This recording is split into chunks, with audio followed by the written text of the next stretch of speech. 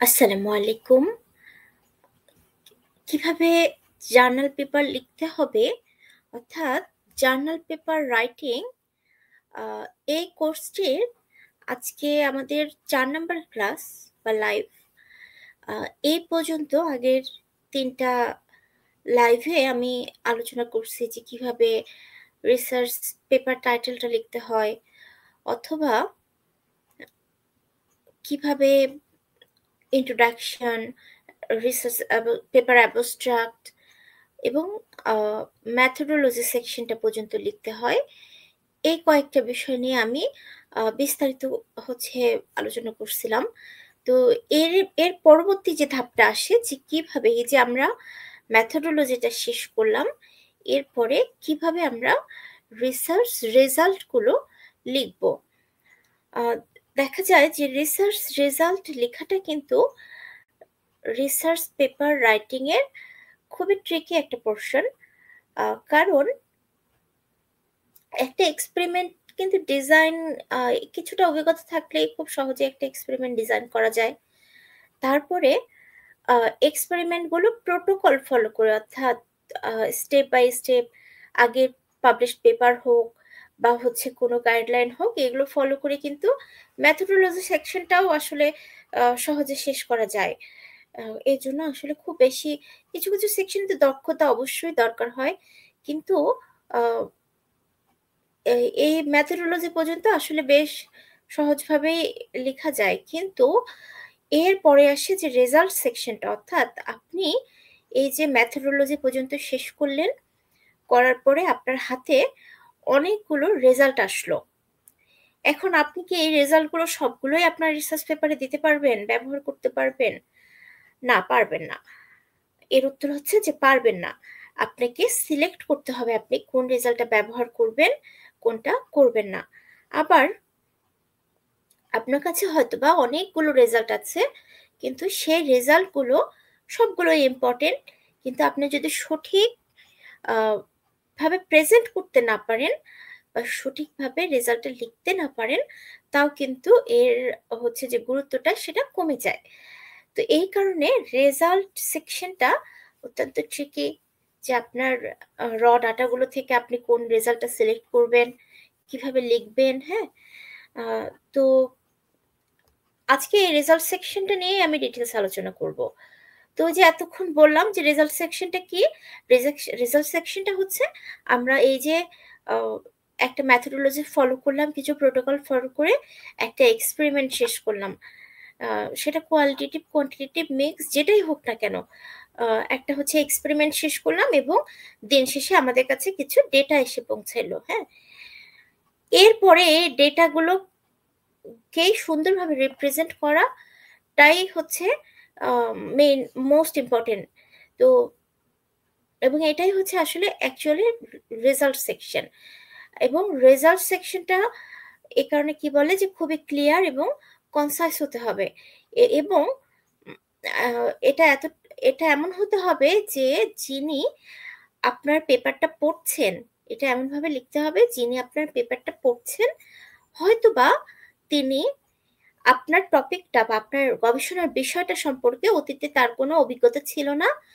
১ম বারের মতো আপনার এই জার্নাল পেপারটা সে পড়ছে এবং আপনার রেজাল্ট সেকশনটা এমন হতে হবে যে ১ম বারের মতো পড়েই যাতে সে মোটামুটি ক্লিয়ারলি আপনার এক্সপেরিমেন্টের রেজাল্ট গুলো সম্পর্কে ধারণা পায়। এবং রেজাল্ট সেকশনটাই কিন্তু জাস্ট উল্লেখ করতে হবে যে হ্যাঁ, আমি এই এক্সপেরিমেন্ট করছি, এখান থেকে এই রেজাল্ট গুলো পাইছি। এখানে কোনো রকম ইন্টারপ্রিটেশন বা ডিসকাশন লেখা যাবে না যে অর্থাৎ হ্যাঁ, এই রেজাল্ট থেকে আমরা বলতে পারি আমাদের আ হচ্ছে আমাদের যে পাথওয়ে গুলো আছে বা আমাদের মেকানিজম গুলো আছে এভাবে কাজ করে। এই যে এরকম কোনো ইন্টারপ্রিটেশন, এরকম কোনো ডিসকাশন কিন্তু আমাদের রেজাল্ট সেকশনটায় দেওয়া যাবে না। তো পুরো রেজাল্ট সেকশনটাকে সুন্দরভাবে ব্যাখ্যার জন্য মূলত আমরা ২ ভাগে ভাগ করতে পারি। একটা হচ্ছে রিসার্চ রেজাল্ট, আরেকটা হচ্ছে ডাটা প্রেজেন্টেশন। আসলে বাস্তব জীবনে আমরা যখন একটা রিসার্চ পেপার লিখি, এই দুটো একত্রিতই করেই লেখা হয়। কিন্তু আপনাদের বোঝার সুবিধার জন্য আমি একটু এই পোরশন দুটাকে সেপারেট করছি। যাতে করে আমি আলাদাভাবে ব্যাখ্যা করতে পারি। তো প্রথমেই আসি রিসার্চ রেজাল্ট কিভাবে লেখা হয়। তো ওই যে আগের কথাগুলাই সেম কথাই, যে রিসার্চ রেজাল্টটা এমনভাবে লিখতে হবে যেটা যেন এটা ক্লিয়ার হয়, যথেষ্ট পরিমাণে ক্লিয়ার এবং কনসাইজ হয়, এবং কোনো ইন্টারপ্রিটেশন রিসার্চ রেজাল্ট সেকশনে টানা যাবে না।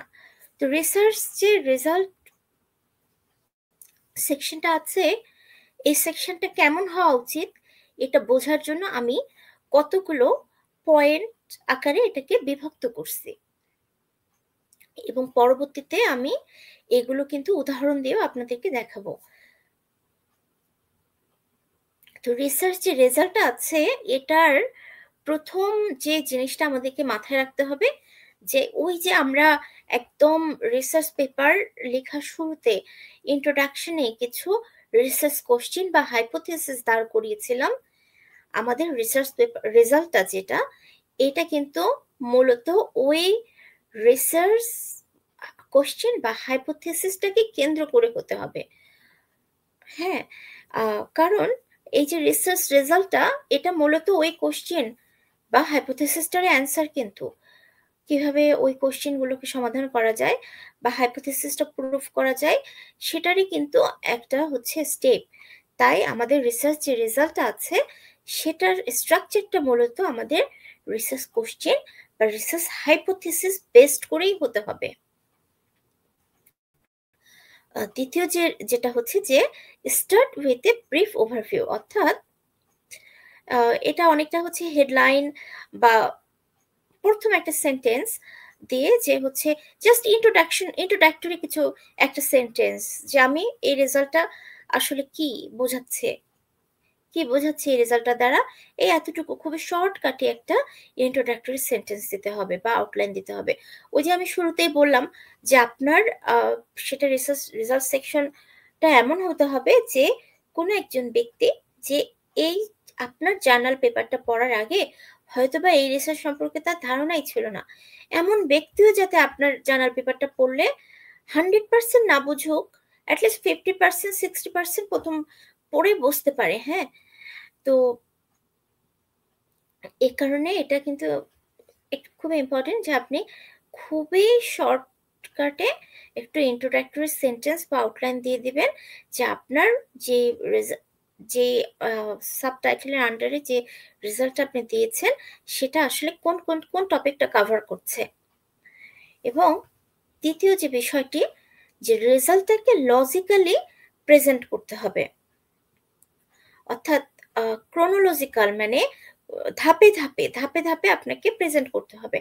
এখন আমি যদি আমার যে ম্যাথোডোলজি সেকশনটা ছিল গত গত লাইফের, ওটার কথা যদি একটু রিকল করি, তাহলে কিন্তু দেখতে পারবো যে আমরা প্রথমে হচ্ছে স্যাম্পল কালেকশন করছি, তারপরে ট্রিটমেন্ট, অর্থাৎ আমি ওখানে হাই টেম্পারেচার ট্রিটমেন্ট দিয়েছিলাম। তো ওখানে আমি ট্রিটমেন্ট দিয়েছি, এরপরে ট্রিটমেন্টের পরে আমি স্যাম্পল কালেকশন করে আরএনএ এক্সট্রাক্ট করছি, তারপরে সিকোয়েন্সিং করছি, তারপরে আরটিপিসিআর করছি। এই যে ওখানে মেথোডোলজিতে আমি স্টেপ বাই স্টেপ কিন্তু বা ক্রোনোলজিক্যালি কিন্তু আমার যেমন মেথোডোলজিটা লিখছিলাম, রেজাল্ট সেকশনটাও কিন্তু ধাপে ধাপে আসতে হবে। অর্থাৎ যেমন আমি আরএনএ এক্সট্রাক্ট করলাম, হ্যাঁ, আরএনএ এক্সট্রাকশনের প্রসিডিউরটা সবার প্রথমে আমাকে হয়তো দিতে হবে। দেওয়ার পরে বা আমি যদি কোনো ফিজিওলজিক্যাল চেঞ্জ দেখে থাকি, সেটাও আমাকে সবার আগে উল্লেখ করতে হবে।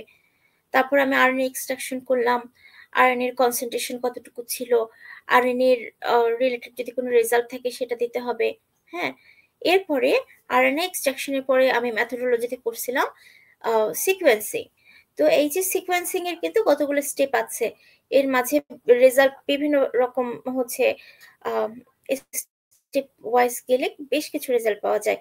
তার মাঝে যেমন যদি সিকোয়েন্সিং এ দেখি, আমরা দেখব যে আমরা ডিফারেন্সিয়ালি এক্সপ্রেস জিন হচ্ছে আইডেন্টিফাই করি সবার প্রথমে সিকোয়েন্সিং এ, তারপরে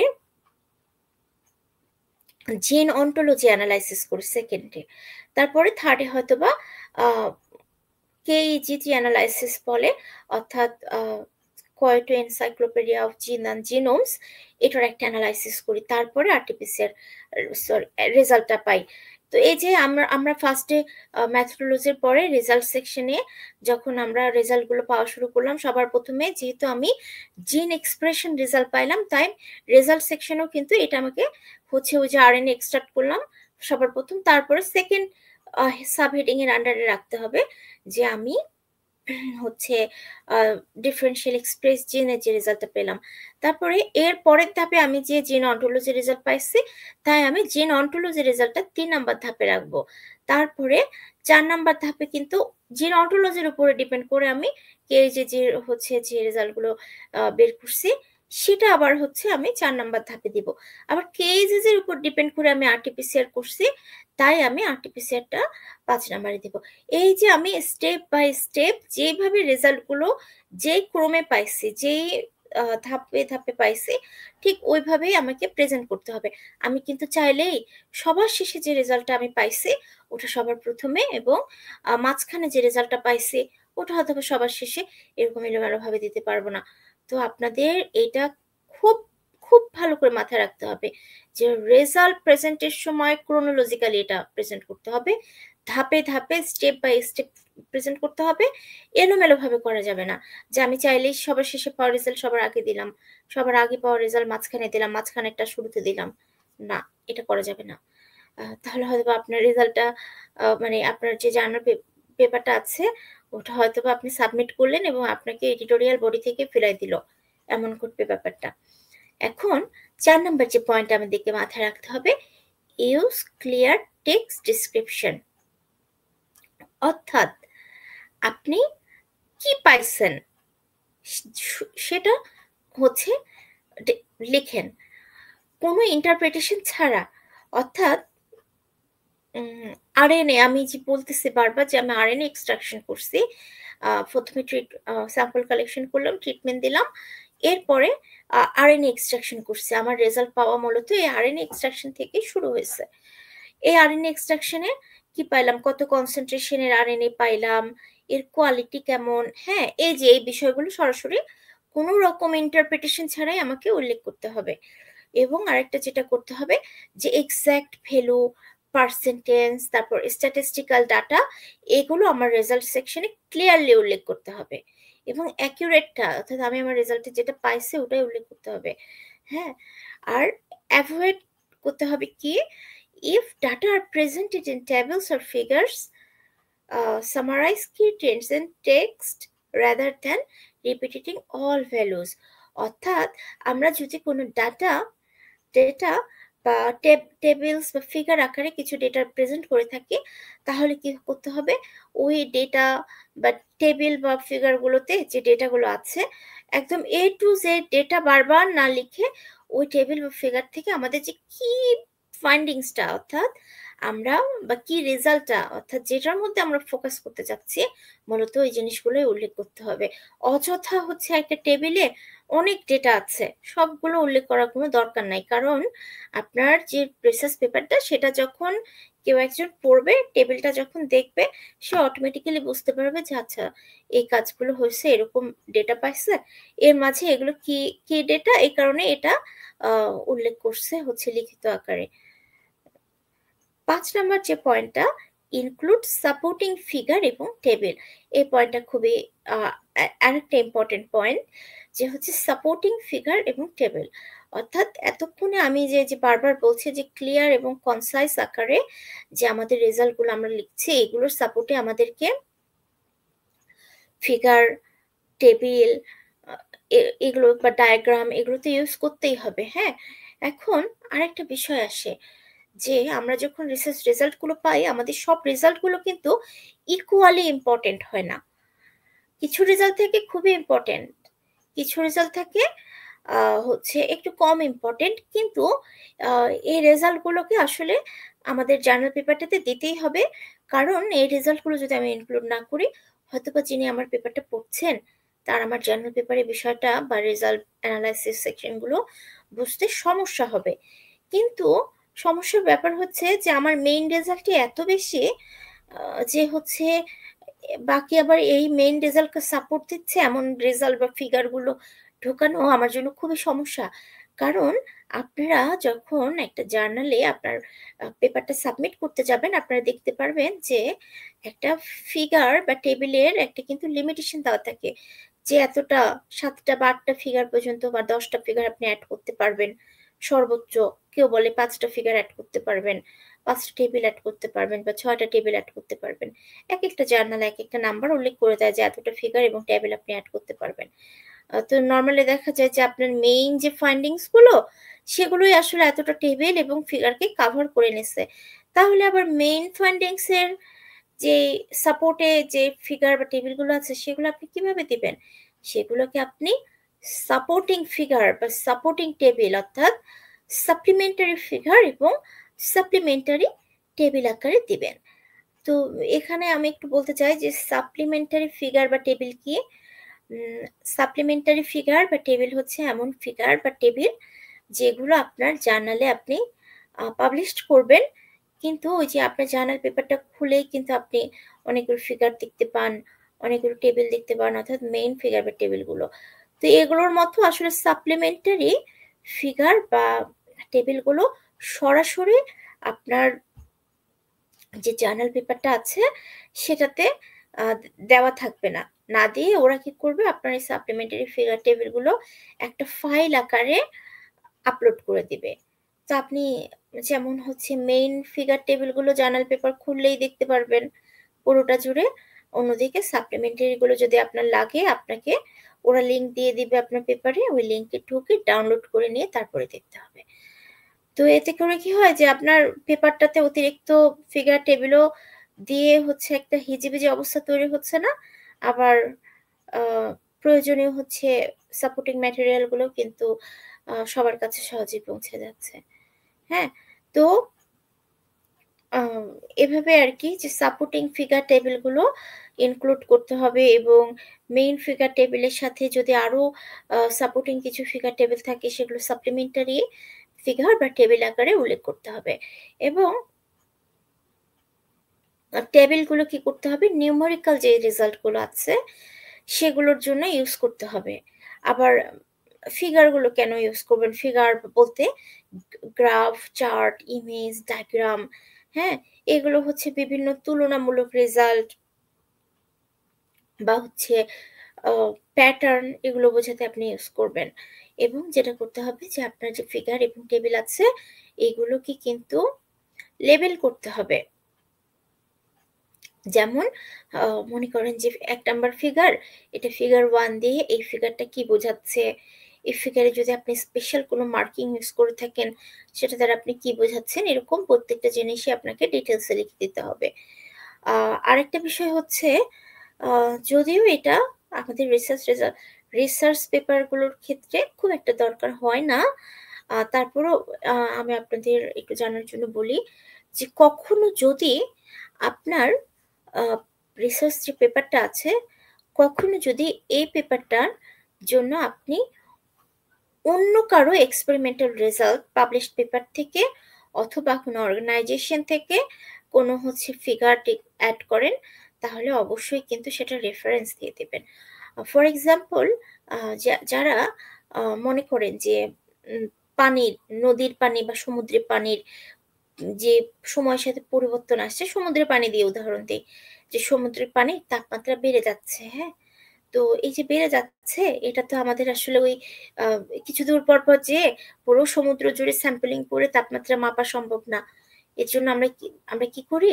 আমরা হচ্ছে যে নাসা বা এরকম আরো বিভিন্ন যে আ মহ অর্গানাইজেশন গুলো আছে, এদের মহাকাশ স্টেশন থেকে যেই ছবিগুলো তোলে এরা, আ এদের কিছু ইন্ডিকেটর থাকে। এগুলো দিয়ে বোঝা যায় যে গত বছরের তুলনায় কোন জায়গাটায় এবছর তাপমাত্রা বেশি বেড়ে গেছে। তো এরকম রেজাল্ট গুলো শো করতে আমরা কি করব? করে ওই আপনার মনে করেন যে নাসার কোনো ওয়েবসাইট থেকে আম এরকম অনেক হচ্ছে আ ম্যাপ বা হচ্ছে ডায়াগ্রাম আমরা ডাউনলোড করি। যেটা হচ্ছে হয়তোবা সরাসরি আমার পক্ষে কাজ করে বের করা সম্ভব না। সেক্ষেত্রে আমরা কি করি? ওই ফিগার যে দিয়ে দিছে ক্যাপশন বা লেবেলিং করছি এর মাঝে শেষে ব্র্যাকেটে লিখে দিই যে এই ডাটাটা নাসার এত সালের হচ্ছে ডাটা, এভাবে ওই ওয়েবসাইটের হচ্ছে লিঙ্কটা বা রেফারেন্সটা আমরা দিয়ে দিই। এবং এটা দিতেই হবে, কারণ এটা তো আমার ডাটা না, এটা আমি নাসা বা অন্য কোনো আবহাওয়া অফিস থেকে এই ডাটাটা বের করছি। তো যেখান থেকে নেন অথবা অন্য কোনো পাবলিশ পেপার যেটা থেকে নেন, রেফারেন্সটা দিয়ে দিতে হবে। তো এরপরে আসি রিপোর্ট স্ট্যাটিস্টিক্যাল অ্যানালাইসিস ক্লিয়ারলি। অর্থাৎ এই যে এতক্ষণ ধরে আমরা অনেকগুলো রেজাল্ট পাইলাম, হ্যাঁ, এই রেজাল্টগুলো কি আমরা সরাসরি লিখতে পারবো? না, পারবো না। যেমন আমাদের অনেকগুলো রেপ্লিকেশন গ্রুপ থাকে, হ্যাঁ, এখানে কিছু রেজাল্ট খুব ভালো থাকে, আবার কিছু রেজাল্টে কিছু সমস্যা থাকে, যে বলি যে এরর থাকে, হ্যাঁ, এরকম। আবার এগুলোকে আমরা কি এই রেজাল্টগুলো সরাসরি ইউজ করতে পারবো? না, আমরা পারবো না। আমাদেরকে এই রেজাল্টগুলো স্ট্যাটিস্টিক্যালি অ্যানালাইজ করতে হবে। অ্যানালাইজ করার পরেই আমরা এই রেজাল্টগুলো ইউজ করতে পারবো। তো কোন পদ্ধতি ফলো করে অ্যানালাইসিস করছি, হ্যাঁ, এবং অ্যানালাইসিসের কোন ভ্যালুটা আমরা রিলেভেন্ট ধরছি, এই জিনিসগুলো কিন্তু সবকিছু, প্রত্যেকটা জিনিসই আমাদেরকে রেজাল্ট সেকশনে উল্লেখ করতে হবে, যাতে করে আমার পরবর্তীতে অন্য কেউ যদি হচ্ছে এই রিসার্চটা রিপিট করতে চায়, সে যাতে খুব সহজেই হচ্ছে রিপিট করতে পারে। আমাদেরকে হচ্ছে এই এই বিষয়গুলো মাথায় রাখতে হবে। অর্থাৎ ওই যে ম্যাথোডোলজির মতোই একই কথা বলবো যে রিসার্চের একটা বড় জিনিস মাথায় রাখতে হবে যে আমরা এমনভাবে করব পরবর্তীতে কেউ চাইলে যাতে আমার এই রিসার্চটা রিপিট করে এবং সিমিলার টাইপের রেজাল্ট পায়। হ্যাঁ, তো এই কারণে স্ট্যাটিস্টিক্যাল অ্যানালাইসিসগুলো আমি কিভাবে করছি এটা কিন্তু উল্লেখ করে দেওয়া খুবই খুবই জরুরি। এবং কোনো কারণে যদি আপনি উল্লেখ নাও করেন, আপনি যখন এটা সাবমিট করবেন, এডিটোরিয়াল বডি আপনাকে বলেই দিবে যে আপনি স্ট্যাটিস্টিক্যাল অ্যানালাইসিসগুলো কিভাবে করছেন, এটা উল্লেখ করেন। তারপরে স্ট্যাটিস্টিক্যাল অ্যানালাইসিসগুলো উল্লেখ করার সময় কিন্তু হচ্ছে কোন পদ্ধতি ফলো করে করছি এটা উল্লেখ করার সময় ওই পদ্ধতির যে মেইন রেফারেন্স, ওই রেফারেন্সগুলো উল্লেখ করে দিতে হবে। এরপরে বলছি ইউজ সাবহেডিংস, সরি 7 নম্বরে হচ্ছে যে ইউজ সাবহেডিংস ফর রিডাবিলিটি। অর্থাৎ দেখা গেছে যে রেজাল্ট সেকশন, ওই যে আমি এতক্ষণ যে রেজাল্ট সেকশনগুলোর কথা বললাম, যে আমি ফার্স্টে আরএনএ স্টার্ট করছি, সিকোয়েন্সিং করছি, ওখান থেকে জিনের রেজাল্ট পাইছি, ডিফারেন্সিয়াল এক্সপ্রেস জিন, এবং ওখান থেকে হচ্ছে ওখান থেকে পাইছি হচ্ছে জিও রেজাল্ট, জিন অন্টোলজি রেজাল্ট, এবং সেখান থেকে আমি হচ্ছে পাইছি কয়েকটা এনসাইক্লোপিডিয়া অফ জিনস অ্যান্ড জিনোমস, এখানকার রেজাল্ট, ওখান থেকে আর্টিফিশিয়াল। এখন এই রেজাল্টগুলো আমি যে পাইলাম, এই রেজাল্টগুলো নর্মালি তো একটা মেইন হেডিং ছিল রেজাল্ট, তারপরে এটা একটা সাব হেডিং করছিলাম যে হচ্ছে differential express genes, GO result. এখন এর ভিতরে যদি আরো কিছু ইম্পর্টেন্ট রেজাল্ট থাকে যেগুলো স্পেসিফিক ভাবে উল্লেখ করা খুবই জরুরি, সেগুলোর ক্ষেত্রে দরকার হলে আরো কিছু সাবলাই হেডিং কিন্তু আমরা ইউজ করতে হবে আমাদেরকে। অর্থাৎ মেইন টার্গেট এটা থাকবে যে আমার রেজাল্ট সেকশনটা যিনি পড়ছেন উনি যাতে একবারই পড়ে খুব সহজেই হচ্ছে রেজাল্ট সেকশনটা বুঝতে পারে, হ্যাঁ, এমন হতে হবে, সহজ বোঝা যায় এমন হতে হবে। তো এখানে আমি সাব হেডিং এর আসলে কিছু উদাহরণ দিয়ে দিয়েছি। যে প্রথম উদাহরণটা হচ্ছে যে changes in histone acetylation levels under salinity stress. অর্থাৎ আমার যে এক্সপেরিমেন্টটা হয়েছে, এই এক্সপেরিমেন্টে হিস্টোন অ্যাসিটাইলেশন এর পরিবর্তনটা কিরকম হয়ে আসছে, এটা কি রেজাল্ট পাইছি, এই হেডিং এর আন্ডারে কিন্তু আমি এগুলো উল্লেখ করছি। দ্বিতীয়ত হচ্ছে এর প্যাটার্নটা কিরকম ছিল, এক্সপ্রেশন প্যাটার্ন, দ্বিতীয় হেডিং এর আন্ডারে আমি এটা হচ্ছে উল্লেখ করছি। এবং তৃতীয় হেডিং এর আন্ডারে কোরিলেশন কি ছিল এগুলোর ভিতরকার, সেগুলো আমি উল্লেখ করছি। তো তো আমি কিন্তু চাইলে আমি কিন্তু যদি চাইতাম আমি একটা হেডিং এর আন্ডারেই সবকিছু উল্লেখ করে দিতে পারতাম।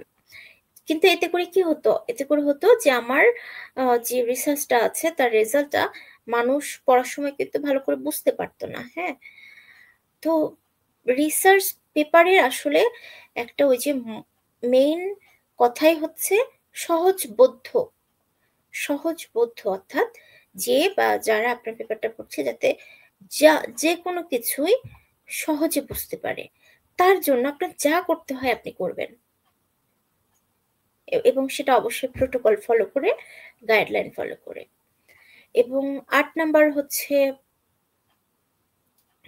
যে পয়েন্টটা অ্যাভয়েড ইন্টারপ্রিটেশনস অর ডিসকাশন।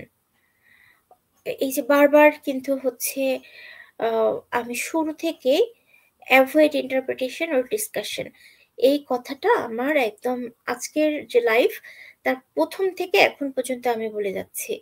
কেন বলে যাচ্ছি? আ আসলে বিশেষ করে যারা ১ম বার একটা রিসার্চ পেপার লিখতে যায়, তাদের জন্য এটা আসলে এই ভুলটা প্রায় হয়ে থাকে। আমি নিজেও করছি এই ভুলটা। ১ম বার যখন রিসার্চ পেপার লিখতে গেছি, ওই রেজাল্ট সেকশনে কি করছি? রেজাল্ট সেকশনে মনে করেন পাইছি যে আমি মনে করেন জিন নিয়ে কাজ করি।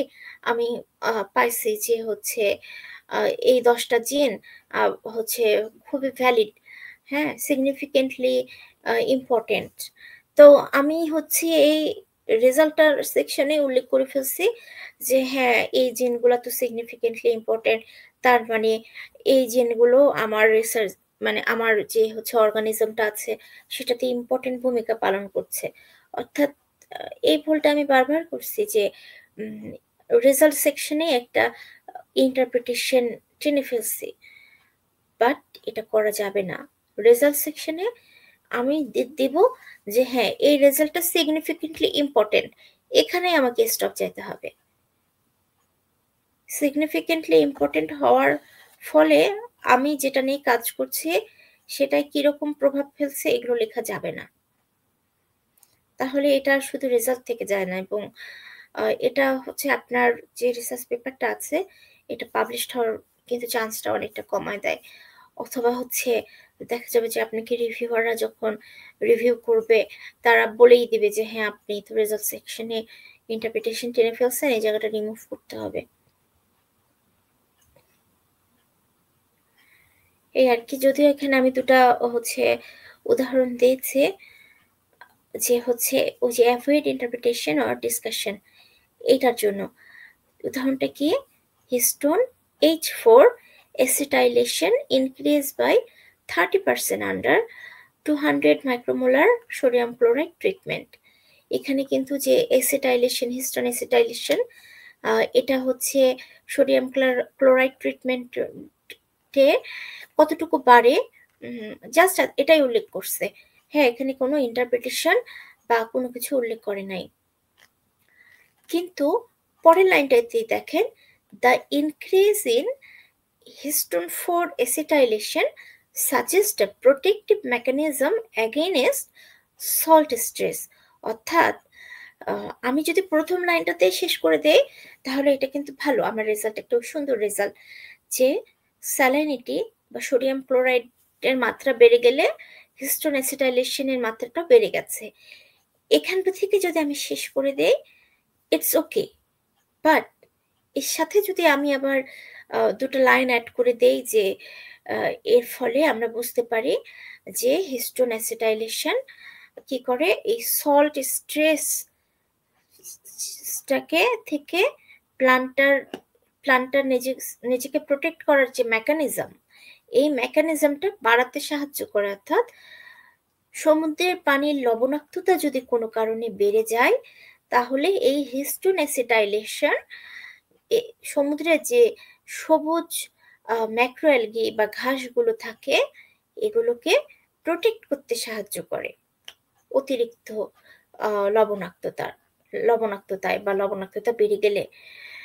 এই লাইনটা তো দেওয়ার দরকার নাই। এটা কিন্তু আস্তে, আস্তে একটা ইন্টারপ্রিটেশন বা তো এই লাইন এরকম কোনো ইন্টারপ্রিটেশন, এরকম কোনো লাইন আমরা রেজাল্ট সেকশনে দিব না। আমি কিন্তু শুরু থেকে বারবার বলছি, রেজাল্ট সেকশনে শুধুমাত্র রেজাল্ট থাকবে, সেটা পজিটিভ হোক নেগেটিভ হোক যেটাই হোক, শুধুমাত্র রেজাল্ট থাকবে, আর কিছু থাকবে না।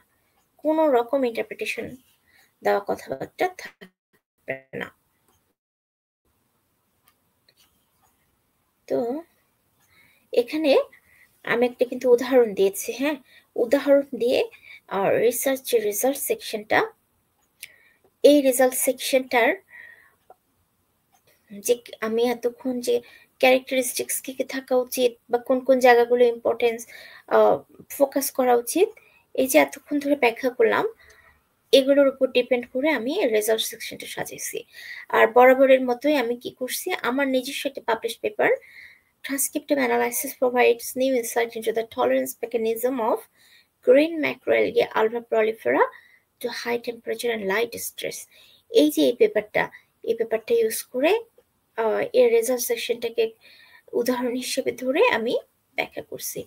আর আমি হচ্ছে এই পেপারটা কিন্তু আমার একদম প্রথম যে লাইভ, যেদিন থেকে আমি একটা রিসার্চ পেপার কিভাবে লেখা শুরু করা উচিত, সেই তখন থেকে আজকে পর্যন্ত ওই একটা রিসার্চ পেপারের উদাহরণ হিসেবে দিচ্ছি, যাতে করে আপনারা সহজেই হচ্ছে একটা ক্লাসের সাথে আরেকটা ক্লাস লিঙ্ক করতে পারেন, বা একটা লাইভের সাথে আরেকটা লাইভ লিঙ্ক করতে পারেন।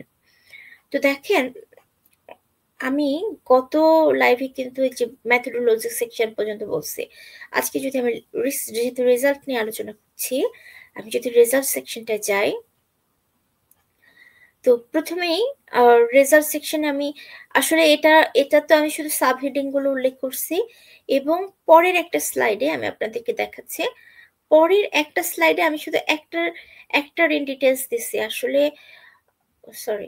আসলে এত বেশি ইন ডিটেলসে প্রত্যেকটা সাব হেডিং আসলে ব্যাখ্যা করা অনেক সময় সাপেক্ষ ব্যাপার ছিল। তাই আমি হচ্ছে উদাহরণ হিসেবে যা সাব হেডিং গুলো দিচ্ছি, আমি চেষ্টা করব আপনাদেরকে এই সাব হেডিং গুলোর স্টেপ বাই স্টেপ বলতে, এবং একটা হচ্ছে পুরোটা ব্যাখ্যা করব। তো প্রথমেই যে আসছে, যে দেখুন যে আমি যদি একটু মেথোডোলজিটা ওভারভিউ করি, যে আমি ওখানে কিন্তু মেথোডোলজিতে স্যাম্পল কালেক্ট করছি, ট্রিটমেন্ট দিচ্ছি, তারপরে স্যাম্পলিং করছি, তারপরে আরএনএ এক্সট্রাক্ট করছি, তারপরে সিকোয়েন্সিং করছি, তারপরে আরটিপিসিআর করছি। আচ্ছা, স্যাম্পল কালেকশন পর্যন্ত আসলে রেজাল্ট সেকশনে উল্লেখ করার মতো কিছু নেই। স্যাম্পল কালেকশনের পরে আরএনএ এক্সট্রাকশনের কিছু রেজাল্ট এই ট্রান্সক্রিপ্টমিক অ্যানালাইসিসের আন্ডারে আমি ঢোকাই দিছি, কারণ জাস্ট এক লাইন বা দুই লাইনের একটা রেজাল্ট।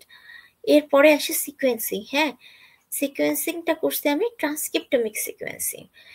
তো মেইনলি যেহেতু আমার রেজাল্টটাও আপনি যদি দেখতে পারেন যে ট্রান্সক্রিপ্টমিক অ্যানালাইসিস, তাই এই সিকোয়েন্সিং থেকে আমার মেইন রেজাল্টগুলো শুরু হয়েছে।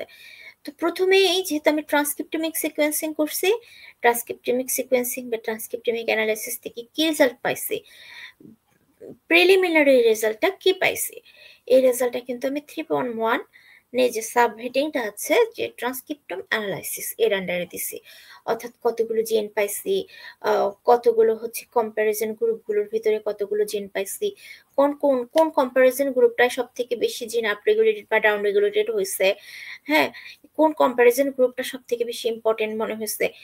কারণ কম্প্যারিজন গ্রুপ বলতে আমি তো অনেকগুলো ভাগে ভাগ করে এক্সপেরিমেন্টটা করছি, গ্রুপে রেপ্লিকেশন করছি।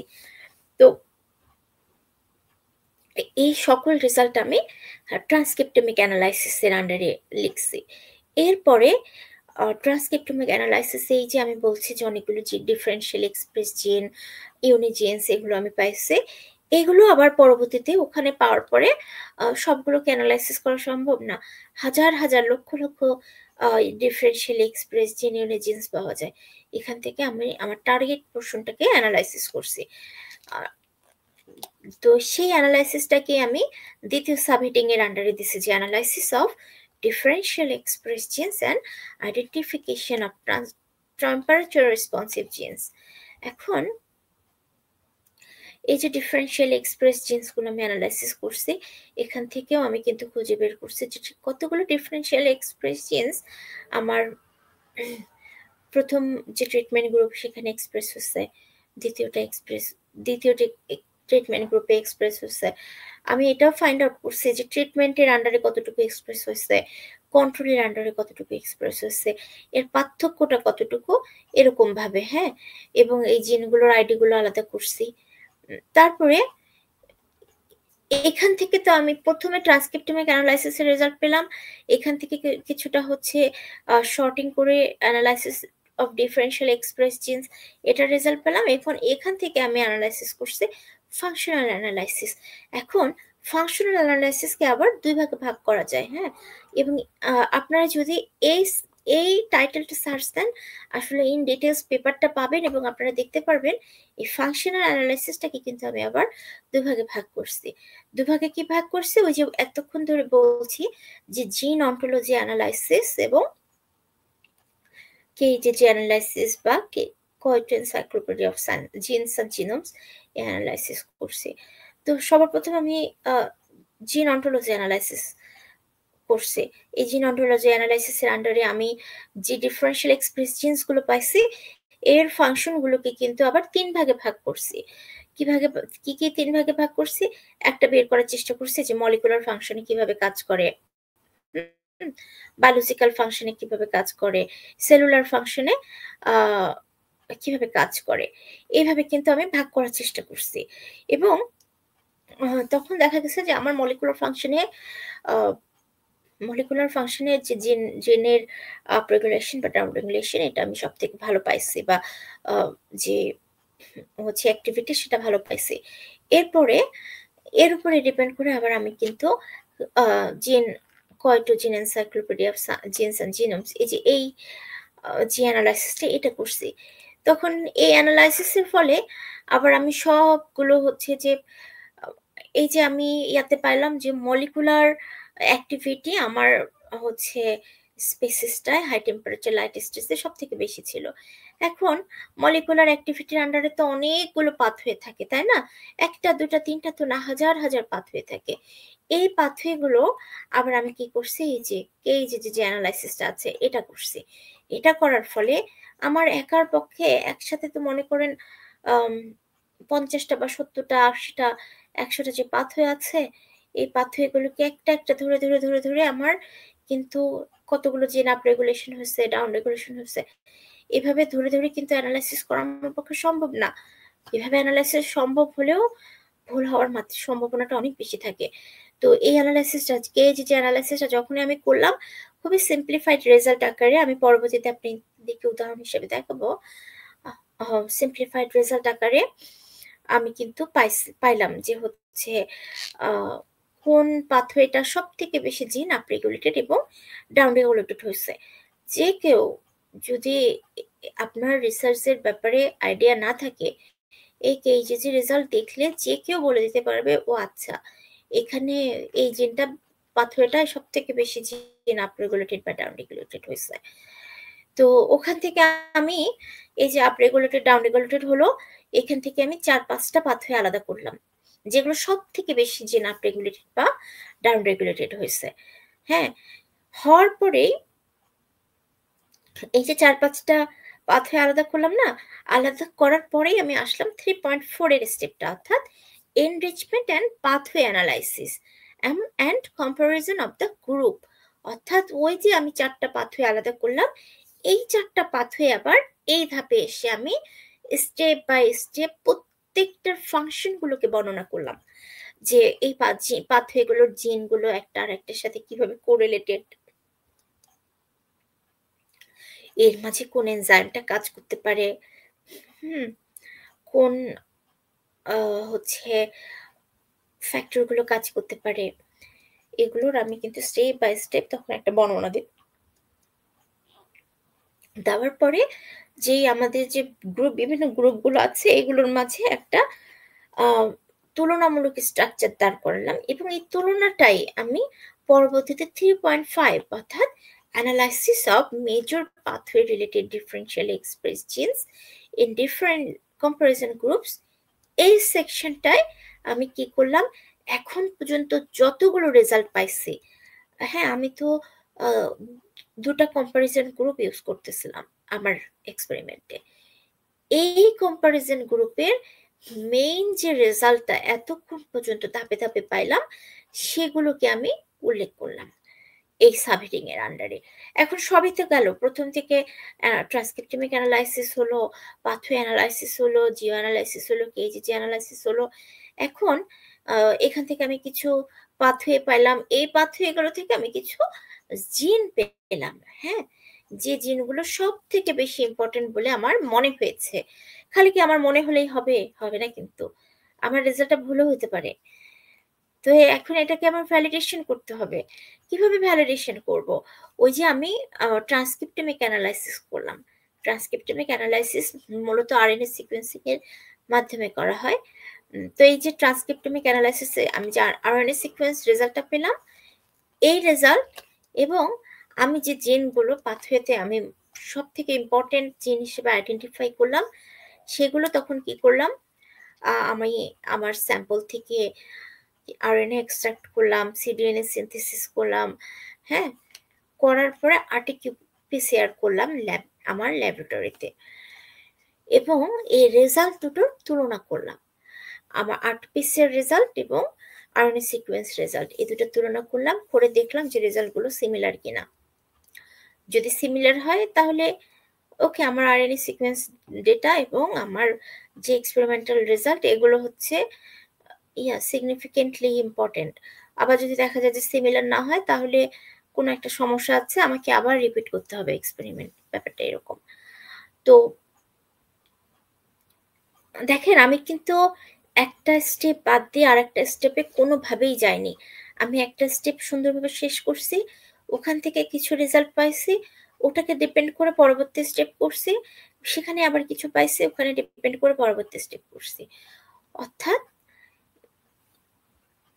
ওই যে, এবং এই যে আমার ওভারঅল যে এক্সপেরিমেন্টটা, সেটার আমি যদি একটু ইন্ট্রোডাকশনটা মনে করি, সেখানে আমার রিসার্চ কোশ্চেন কিন্তু ছিল যে কিভাবে আলফা প্রলিফেরাম ম্যাক্রোএলগেটা হাই টেম্পারেচার এবং লাইট স্ট্রেসে কিভাবে তারা অ্যাডজাস্ট করছে আর কি, খুব সহজ ভাষায় যদি বলি, কিভাবে অ্যাডজাস্ট করছে এই যে জিনগুলো আপ রেগুলেশন ডাউন রেগুলেশন পাথওয়েগুলোর মাধ্যমে আমি ক্লেম করছি। তো আলটিমেটলি যদি আমার ওভারঅল রেজাল্ট সেকশনটা দেখি, প্রথমেই আমার রেজাল্ট সেকশনটা হচ্ছে আমার যে রিসার্চ কোশ্চেন বা হাইপোথিসিস আছে সেটাকে বেস্ট করে।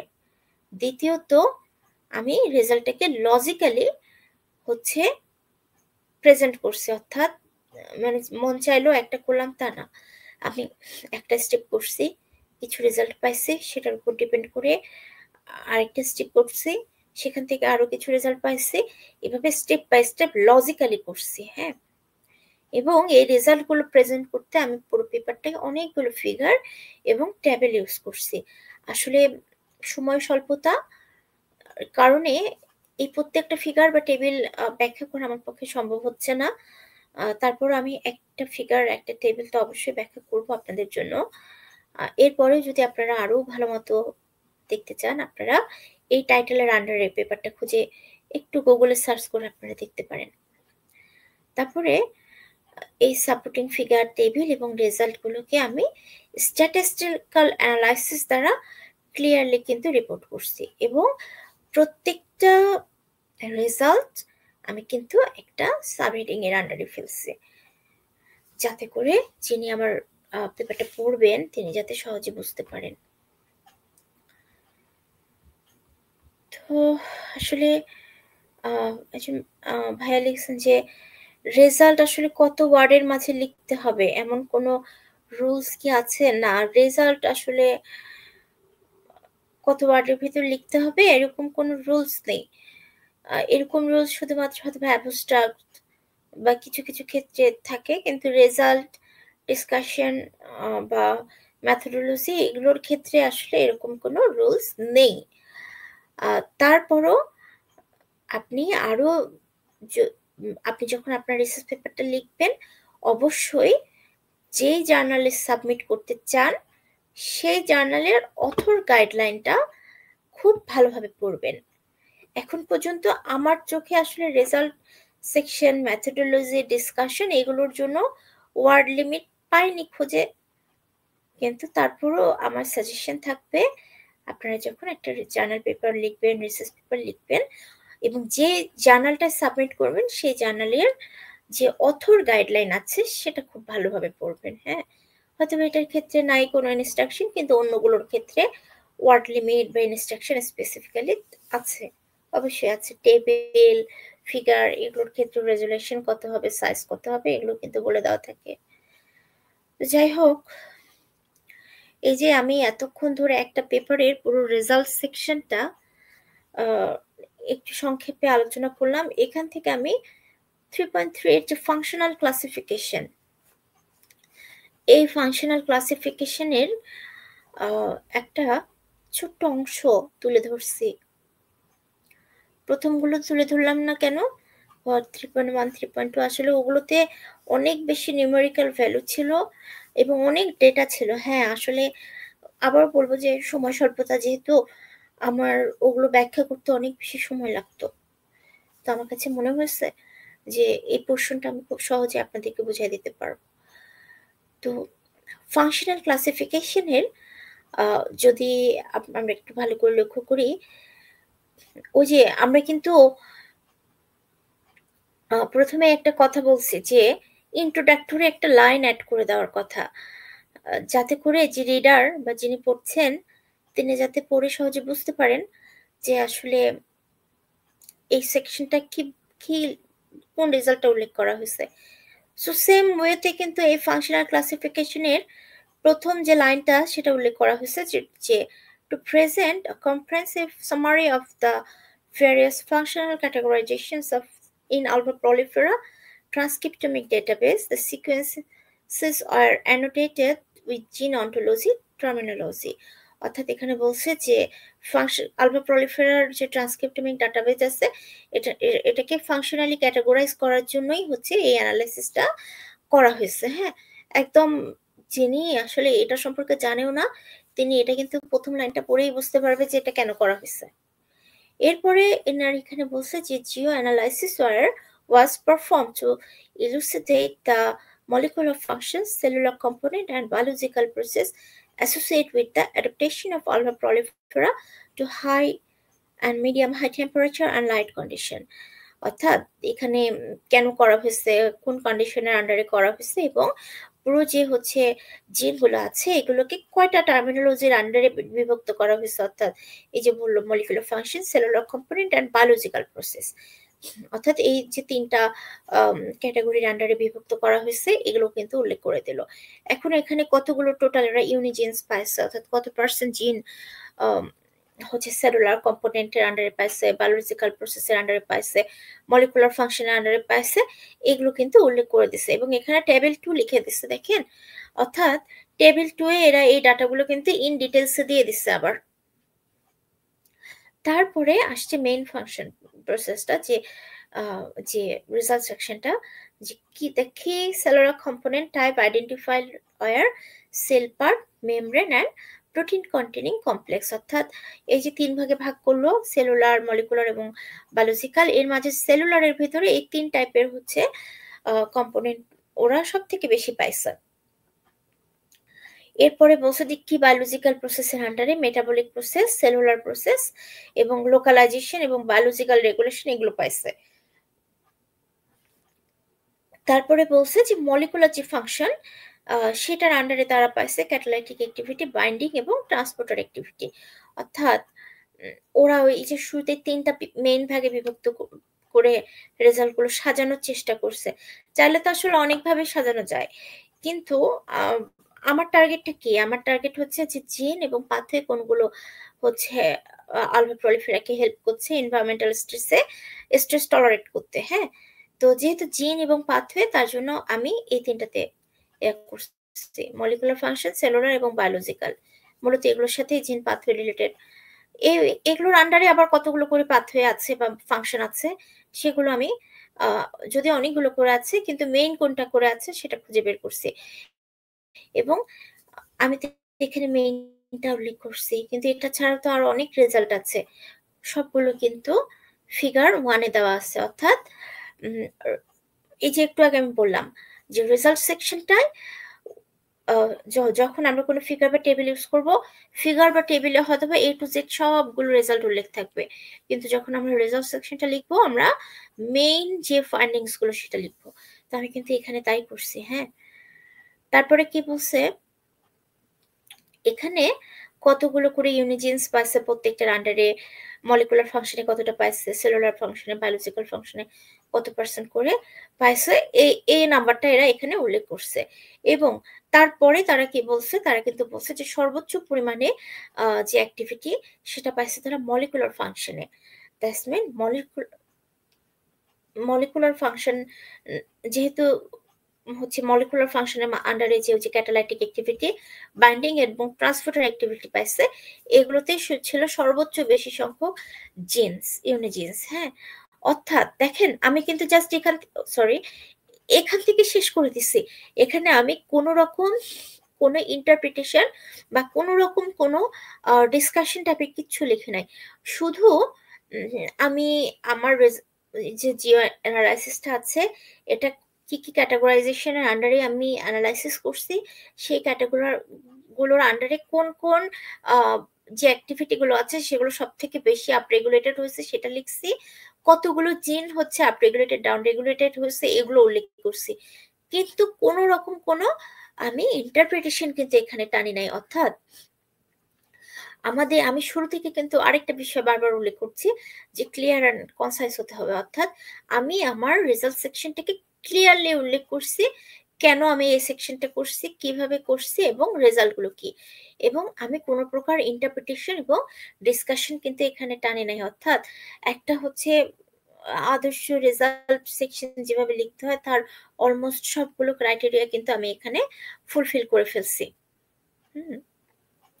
আপনাদেরকেও কিন্তু এই বিষয়গুলো মাথায় রাখতে হবে।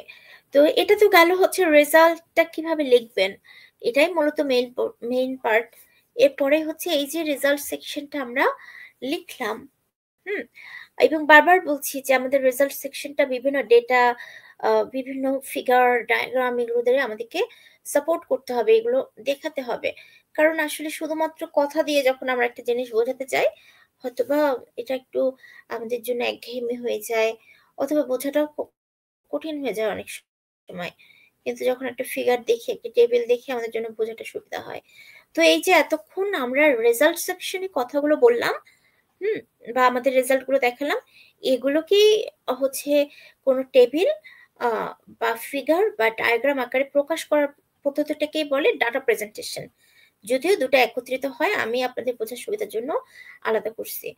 তো ডাটা প্রেজেন্টেশনে ওই একই কথা, যেহেতু হচ্ছে ডাটা প্রেজেন্টেশন বা ফিগারগুলো ওই রেজাল্ট সেকশনের ভিতরেই যাবে।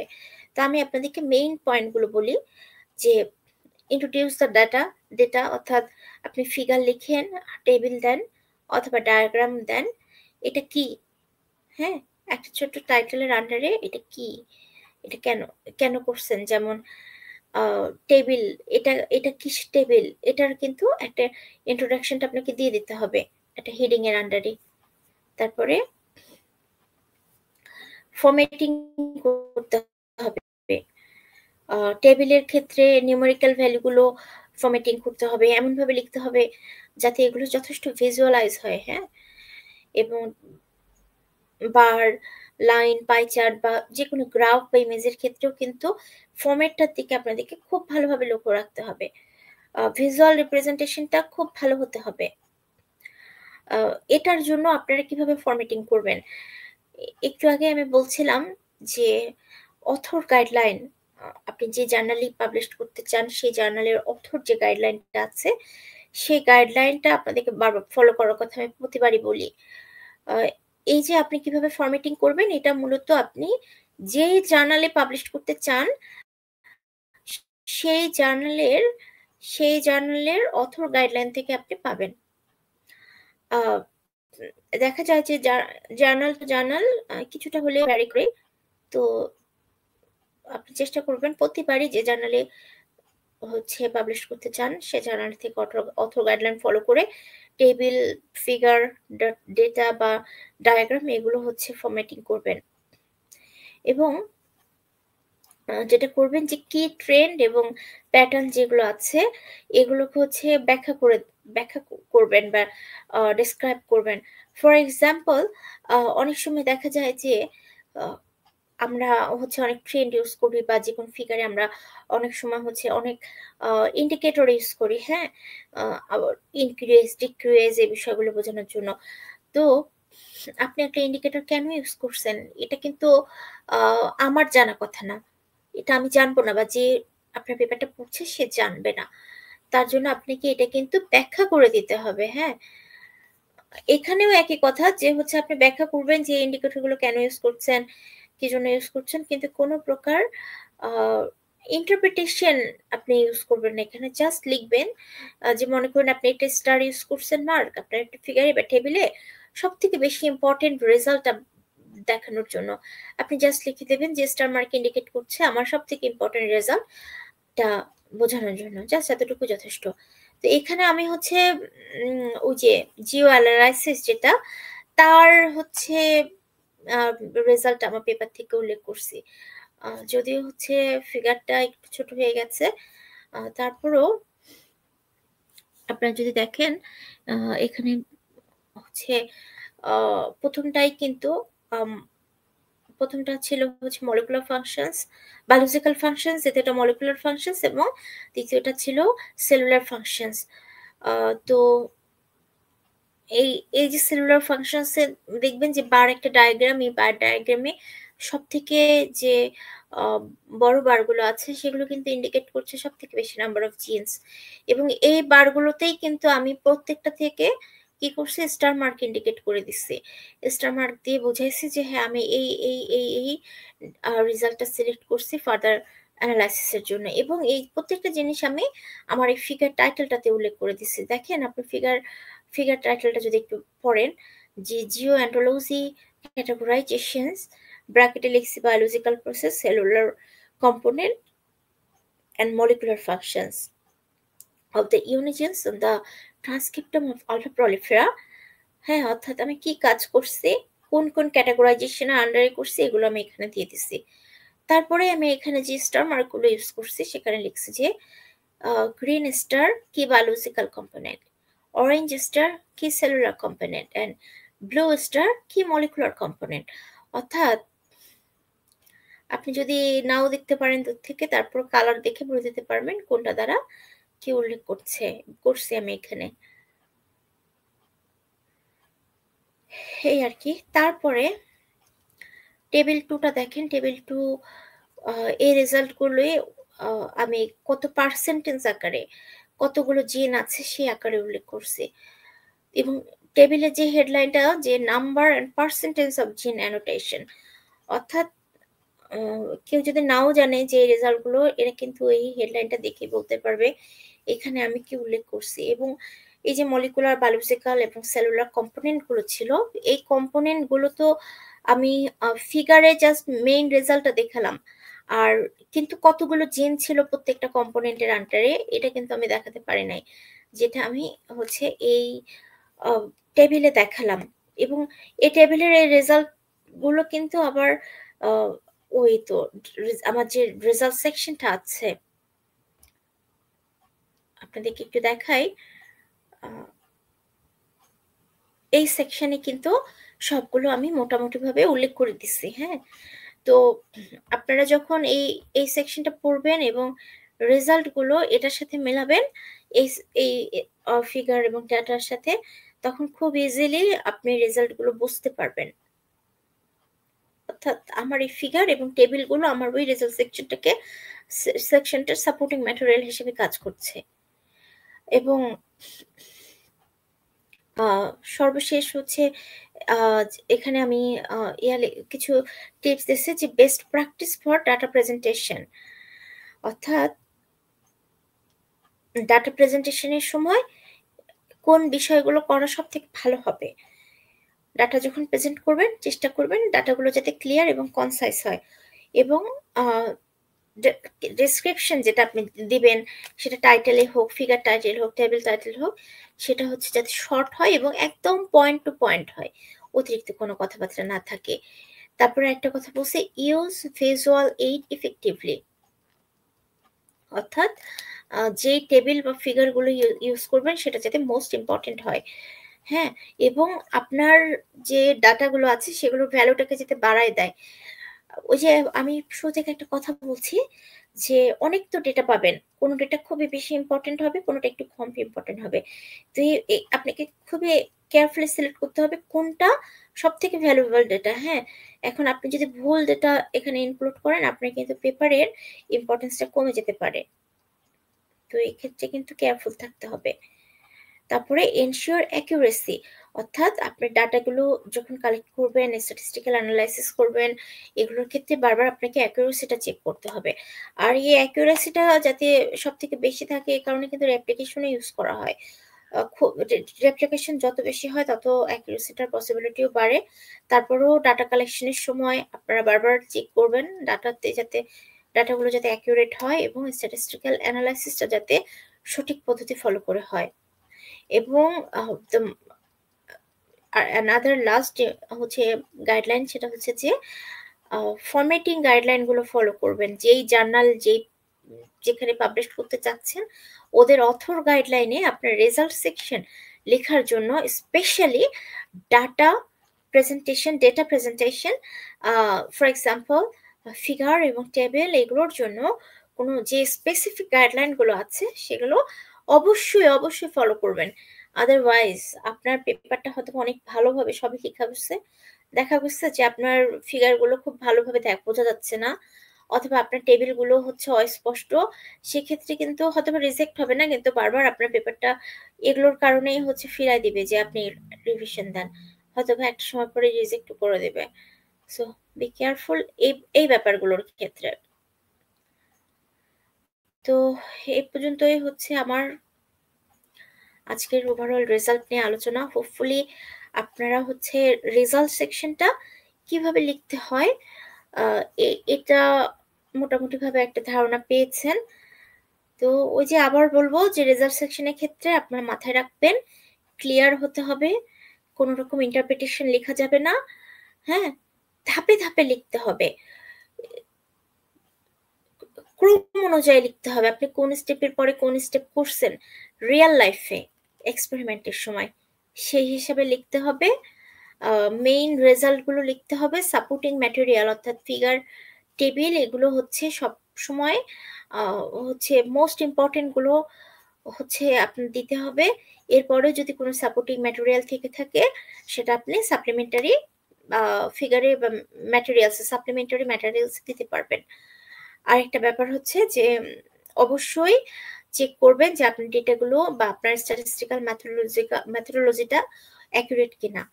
তো হোপফুলি আপনারা যদি এই কয়েকটা টিপস খালি একটু ফলো করেন, আমি আশা রাখি যে আপনারা একটা সাকসেসফুল এই রেজাল্ট সেকশনটা লিখে শেষ করতে পারবেন। এরপরে তো যে সেকশনে লেখেন না কেন বারবার রিভিশন দিতে হবে। যত বেশি রিভিশন দিবেন তত বেশি ইমপ্রুভমেন্ট হবে আপনাদের, হচ্ছে সেটা রেজাল্ট হোক, methodology. That's mean journal paper writing এ লেখার পরে যত বেশি রিভিশন দিবেন, যত বেশি কারেকশন করবেন, হ্যাঁ, তত বেশি ইমপ্রুভ হবে। সো হোপফুলি আপনারা সবাই আজকের টপিকটা বুঝতে পারছেন। আসসালামু আলাইকুম, আজকের লাইভ এখানেই শেষ।